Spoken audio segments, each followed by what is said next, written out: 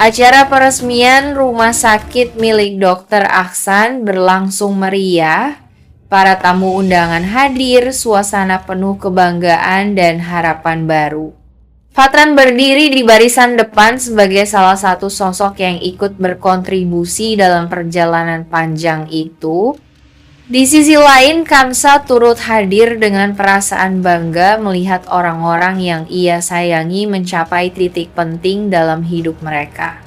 Namun di tengah acara yang hikmat itu, sebuah kejutan datang tanpa peringatan. Seorang wanita elegan melangkah masuk ke area utama. Penampilannya anggun, percaya diri dengan aura profesional yang kuat. Beberapa orang mulai berbisik karena mengenal reputasinya. Wanita itu adalah Alika yang baru saja kembali dari luar negeri. Tanpa aba-aba, Alika langsung menghampiri Fatan. Wajah Fatan berubah terkejut sekaligus bahagia melihat sahabat lamanya itu muncul tiba-tiba. Sebelum ia sempat bereaksi lebih jauh, Alika memeluknya di depan semua orang. Pelukan hangat penuh antusias seperti luapan rindu setelah bertahun-tahun tidak bertemu. Tepuk tangan kecil dan senyum dari sebagian tamu mengiringi momen itu, mengira itu hanya reuni dua rekan lama. Namun di sudut ruangan, Kansa terdiam. Pelukan itu terasa lebih lama dari yang seharusnya. Atau mungkin hanya perasaan Kansa saja yang membuat waktu terasa melambat. Dadanya menghangat bukan karena bahagia, melainkan karena sesuatu yang sulit ia jelaskan, campuran kaget, tidak siap, dan rasa asing yang tiba-tiba menyelinap. Siapa wanita itu? Mengapa Fatan terlihat begitu terkejut sekaligus senang? Mengapa pelukan itu terasa begitu natural? Kansa mencoba tetap tenang, ia tidak ingin langsung berprasangka. Namun melihat seseorang datang dari masa lalu, Fatan datang dengan percaya diri dan langsung memeluknya di depan umum membuat hatinya goyah. Bukan karena ia tidak percaya pada Fatan, tetapi karena ia merasa tidak tahu. Dan perasaan tidak tahu seringkali lebih menyakitkan daripada kebenaran itu sendiri. Sejak badai besar yang pernah ia lalui, Kansa belajar untuk kuat.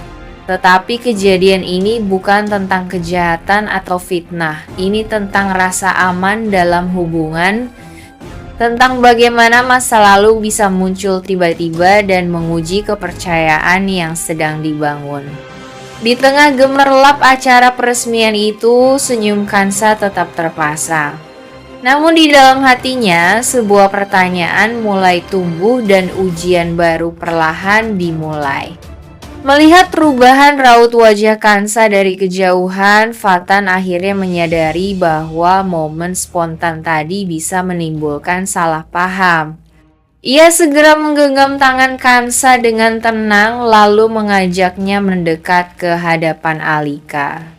Dengan sikap terbuka, Fatan memperkenalkan Kansa secara resmi. Alika tersenyum, bukan senyum kaget, melainkan senyum yang seolah sudah lama mengenal nama itu. Ia memang sudah tahu tentang Kansa jauh sebelum pertemuan hari ini. Selama masa kuliah di luar negeri, Fatan kerap bercerita tentang perempuan yang ia perjuangkan, perempuan yang selalu menjadi alasan ia pulang, dan perempuan yang membuatnya bertahan dalam masa-masa sulit. Nama Kansa bukan hal baru bagi Alika. Justru bertemu langsung membuatnya memahami mengapa Fatan begitu teguh selama ini. Sikap Kansa yang tenang, sorot matanya yang kuat namun lembut, memberi kesan mendalam. Suasana sempat mencair, ketegangan yang tadi menggelayut perlahan mereda. Namun ketenangan itu tidak berlangsung lama. Di antara para tamu yang hadir, Emran berdiri memperhatikan sejak awal. Ia melihat pelukan itu, ia melihat ekspresi Kansa, dan ia melihat bagaimana Fatan berusaha menenangkan situasi. Dorongan dalam dirinya kembali muncul. Tanpa memikirkan dampaknya, Emran melangkah mendekat dan dengan nada yang cukup keras untuk didengar beberapa orang, ia menyebut bahwa dirinya masih suami Kansa meskipun status pernikahan itu telah dinyatakan tidak sah. Kalimat itu seperti memecah suasana. Beberapa tamu saling berpandangan. Udara terasa menegang. Kansa membeku sesaat, bukan karena ragu, tetapi karena muak pada cara lama yang kembali dipakai Emran mengguncang situasi untuk menciptakan kekacauan. Fatan menegang, namun berusaha tetap terkendali. Ia tahu ini bukan tempat untuk emosi meledak. Dokter Aksan yang melihat dari kejauhan mulai melangkah mendekat, khawatir acara penting itu berubah menjadi drama pribadi. Alika pun menangkap dinamika yang terjadi. Dalam satu momen ia memahami bahwa luka masa lalu Kansa jauh lebih rumit daripada yang pernah ia dengar dari cerita Fatan. Memenuhi ruangan. Fatan menatap Emran dengan sorot mata penuh curiga, menyadari ada motif yang tak sepenuhnya tulus. Dokter Aksan memilih menjadi pengamat.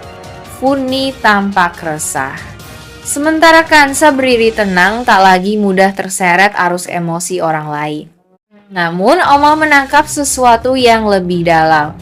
Dengan pengalaman hidupnya, ia memahami bahwa pengakuan yang dipaksakan bukanlah bentuk keadilan. Itu hanya tekanan dalam wujud lain.